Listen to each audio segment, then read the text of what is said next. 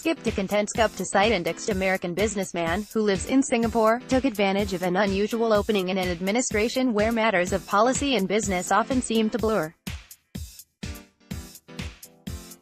Quiet outreach by an American financier between North Korean officials and Jared Kushner was but one step in a circuitous path that led to last week's handshake between President Trump and Kim Jong-un at a colonial-style island hotel in Singapore. CreditDoug Mills, the New York TimesBy Mark Mazzetti and Mark Landler Washington, an American financier approached the Trump administration last summer with an unusual proposition. The North Korean government wanted to talk to Jared Kushner, the president's son-in-law and senior advisor. The financier, Gabriel Schultz, explained that a top North Korean official was seeking a back channel to explore a meeting between President Trump and Kim Jong-un, who for months had traded threats of military confrontation. Mr. Schultz, who lives in Singapore, had built a network of contacts in North Korea on trips he had taken to develop business opportunities in the isolated state. For some in North Korea, which has been ruled since its founding by a family dynasty, Mr. Kushner appeared to be a promising contact. As a member of the president's family, officials in Pyongyang judged Mr. Kushner would have the ear of his father-in-law and be immune from the personnel changes that had convulsed the early months of the administration. Mr. Schultz's quiet outreach was but one step in a circuitous path that led to last week's handshake between Mr. Trump and Mr. Kim at a colonial-style island hotel in Singapore, a path that involved secret meetings among spies, discussions between profit-minded entrepreneurs, and a previously unreported role for Mr. Kushner, according to interviews with current and former American officials and others familiar with the negotiations. In reaching out to Mr. Kushner, the North Koreans were following the example of the Chinese, who had early on identified the 37-year-old husband of Ivanka Trump as a well-connected princeling, someone who could be a conduit to Mr. Trump and allow them to bypass the bureaucracy of the State Department. And in reaching out to the White House, Mr. Schultz was taking advantage of an unusual opening in an administration where matters of policy and business often seem to blur. The overture by Mr. Schultz, who had first met Trump family members several years ago when they were exploring business deals in Asia, came during a period of sharp division inside the administration over how to deal with North Korea's growing nuclear arsenal, with some officials even advocating a preemptive military strike. In reaching out to Mr. Kushner, the North Koreans were following the example of the Chinese, who had early on identified the 37-year-old husband of Ivanka Trump as a well-connected princeling, credited Brenner, the New York Times. Kushner did not play a direct role in back-channel negotiations with North Korean officials, according to people familiar with the matter. He instead notified Mike Pompeo, the CIA director at the time, about Mr. Schultz's outreach and requested that the agency be in charge of the discussions. It is unclear why Mr. Kushner thought the CIA, rather than the State Department, should take the lead, though he had an antagonistic relationship with Rex W. Tillerson, who was the Secretary of State at the time, and a good rapport with Mr. Pompeo. It is also unclear whether Mr. Kushner's lack of a permanent top-secret security clearance at the time was a factor in his decision not to have a direct role. The White House and the CIA declined to comment on Mr. Kushner's contact with Mr. Schultz. For Mr. Schultz, the scion of a family that made billions in mining, I thought America's relationship with North Korea would be potentially lucrative.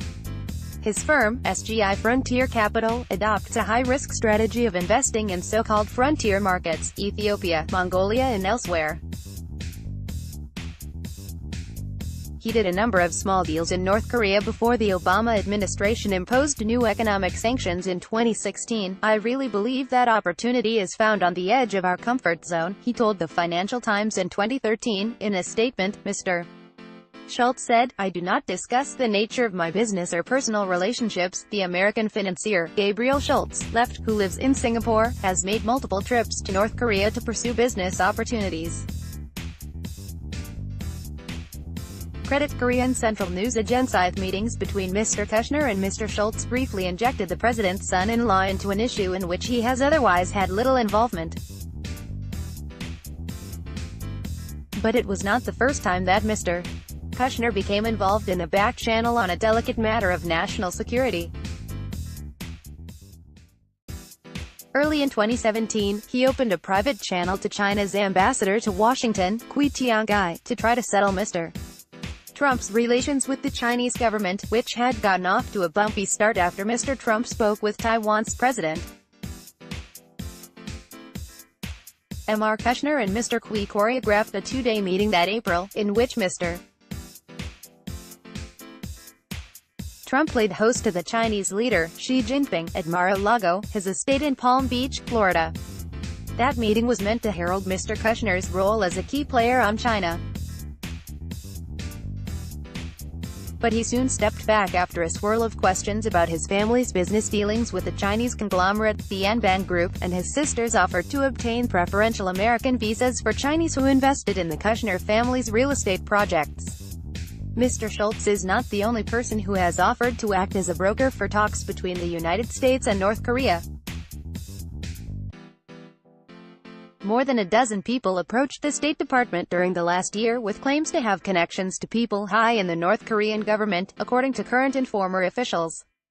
Most led nowhere, and some diplomats are doubtful that any were truly consequential. Over the past 3 administrations, the North Korean leadership has used intermediaries to try to land a summit with the American president and to bypass normal diplomatic channels, said Michael J.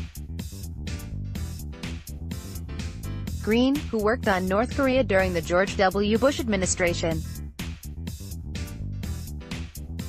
At other times, intermediaries who had connections to the North Korean government would make offers to help. Such freelance diplomacy is also not unique to North Korea.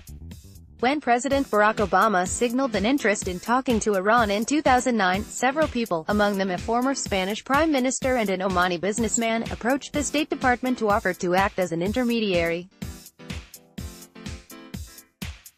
The administration later set up a secret channel to meet with Iranian officials in the Arab Sultanate of Oman. During a trip to Beijing in September, Mr. Tillerson said the administration had three channels open to Pyongyang that he hoped might yield a breakthrough amid escalating tensions over North Korea's nuclear and missile programs. Mr. Trump scolded him on Twitter the next day, saying Mr. Tillerson was wasting his time trying to negotiate with Little Rocket Man, the derogatory nickname he used in the past for Mr. Kim. Mr. Kushner handed over the North Korea overture to Mike Pompeo, who later met with Kim Yong-chul, a general who oversees inter-Korean relations and used to run North Korea's intelligence service. Credit Mike Seeger, Reuters, "Save your energy, Rex," he added. "We'll do what has to be done." In fact, Mr. Pompeo was then exploring contacts with North Korean intelligence officials.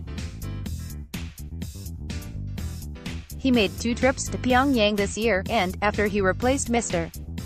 Tillerson as Secretary of State, continued to lead negotiations for a meeting between Mr. Trump and Mr. Kim. Mr. Pompeo communicated with Kim Yong-chul, a general who oversees inter-Korean relations and used to run North Korea's intelligence service. During those discussions, Mr. Pompeo has relied on Andrew Kim, a Korean-American CIA official who is in charge of the agency's covert operations and analysis on North Korea. He was at Mr. Pompeo's side when he traveled to Pyongyang, and on hand for Mr. Trump's meeting with Kim Yong-chul in the Oval Office 2 weeks ago after the president had called off the planned meeting, a decision he quickly reversed. North Korea's motive for talking now, experts said, is linked to the progress it has made on its nuclear and ballistic missile programs. Having demonstrated the ability to strike the continental United States, the North believes it is in an advantageous position to strike a deal that would lift punishing sanctions. There was also a determined campaign by South Korea, under the progressive government of Mr. Moon, when Kim Jong-un expressed a willingness in a New Year's Day speech to send North Korean athletes to the Winter Olympics in the South Korean town of Pyeongchang. Mr. Moon seized on the moment to push for a broader diplomatic opening. The games ended up being a striking display of Korean unity. Afterward, Mr. Moon sent the director of South Korea's National Intelligence Service, Soo-hoon, and his national security advisor, Chung Ui-yang, to Pyongyang to meet with Mr. Kim. At that meeting, they said, Mr. Kim extended an invitation to meet with Mr. Trump, which they conveyed to the president a few days later. For all the role that spies played in arranging the summit meeting, it is hardly surprising that one of the earliest overtures came from an American investor with a history of doing deals in North Korea. Mr. Trump's blossoming relationship with Mr. Kim seems as much a business proposition as a diplomatic overture. In Singapore last week, Mr. Trump showed Mr. Kim a 4-minute film that the American government had made, which depicted a thriving, modern future for North Korea, so long as it gave up its nuclear weapons.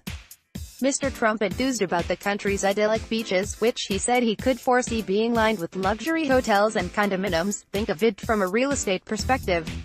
Mr. Mark Mazzetti reported from Washington and Mark Lendler from Singapore.